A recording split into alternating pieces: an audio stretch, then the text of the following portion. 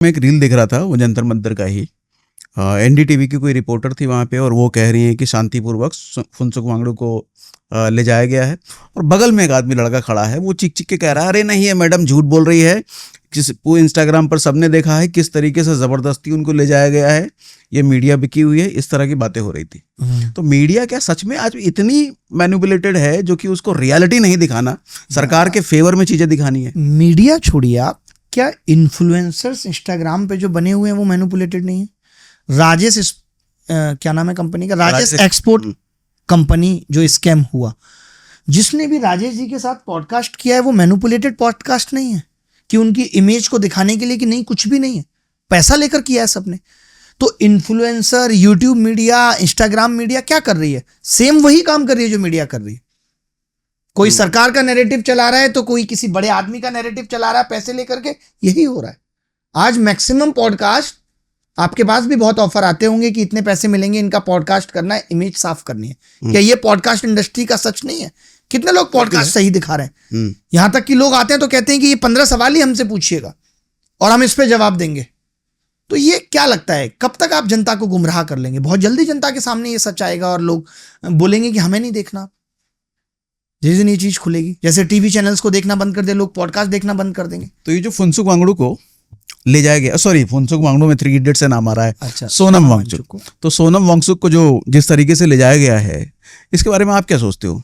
नहीं, गलत था। आपको मालूम था कि वो पेपर लीक के खिलाफ आवाज उठा रहे हैं, वो शिक्षा मंत्री का इस्तीफा मांग रहे हैं, तो आपका फर्ज था कन्विंस करना, कि आप कन्विंस करें, आपका कोई मंत्री आके कन्विंस करे, आपके लोग आके कन्विंस करें, पुलिस के थ्रू आप मैसेज भेजें। कन्विंस छोड़ो, यहाँ तो बातचीत तक नहीं हुई है। बातचीत नहीं हुई, आपने जबरदस्ती बस एक, फिर आपको इतनी फिक्र क्या थी? मर जाने देते।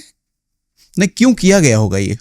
इसीलिए ताकि उनको ये लग रहा था कि ये आंदोलन सोनम वांगचुक है तभी इस आंदोलन को कवरेज है, लेकिन उनको नहीं पता था कि बहुत सारे युवा आज पेपर लीक के खिलाफ दुखी हैं, परेशान हैं, आवाज उठाना चाहते हैं। इनको लग रहा था कि ये सोनम वांगचुक का आंदोलन, सोनम वांगचुक को हटा देंगे आंदोलन खत्म हो जाएगा।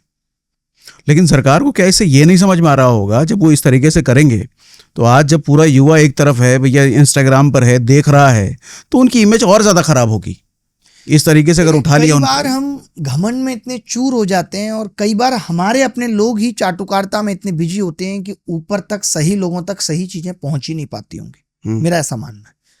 प्रधानमंत्री जी को आज फुर्सत नहीं है कि वो मीडिया या सोशल मीडिया बहुत फॉलो कर रहे हैं या देख रहे हैं, उन तक क्या खबर पहुंच रही है नहीं पहुंच रही, मुझे इस पे भी डाउट है।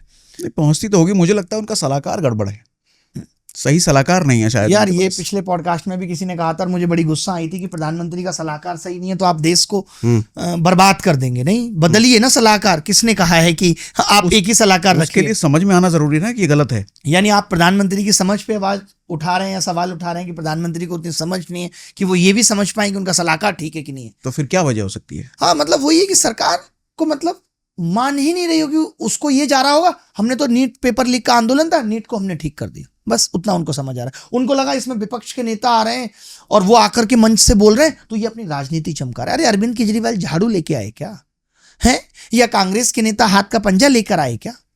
आज कांग्रेस भी बहुत अलग अलग शहरों में पेपर लीक पे छात्रों की गूंज के थ्रू एक इवेंट करते हैं। तो उसमें जब मुझे इनवाइट किया गया तो मैंने देखा कि यार क्या इसमें पार्टी का चुनाव चिन्ह है, कहीं पता लगा नहीं।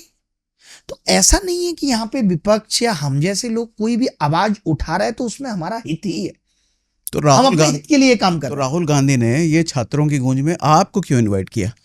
बस पेपर लीक उद्योग है क्या? क्योंकि मैंने भी एक वीडियो बनाया था, पेपर लीक उद्योग चल रहा है और मैं बहुत सालों से कर रहा हूं, मैं बहुत बेहतर से समझता हूं इस पेपर लीक उद्योग को कि किस तरीके से ये एक पैसा कमाने का जरिया बन गया।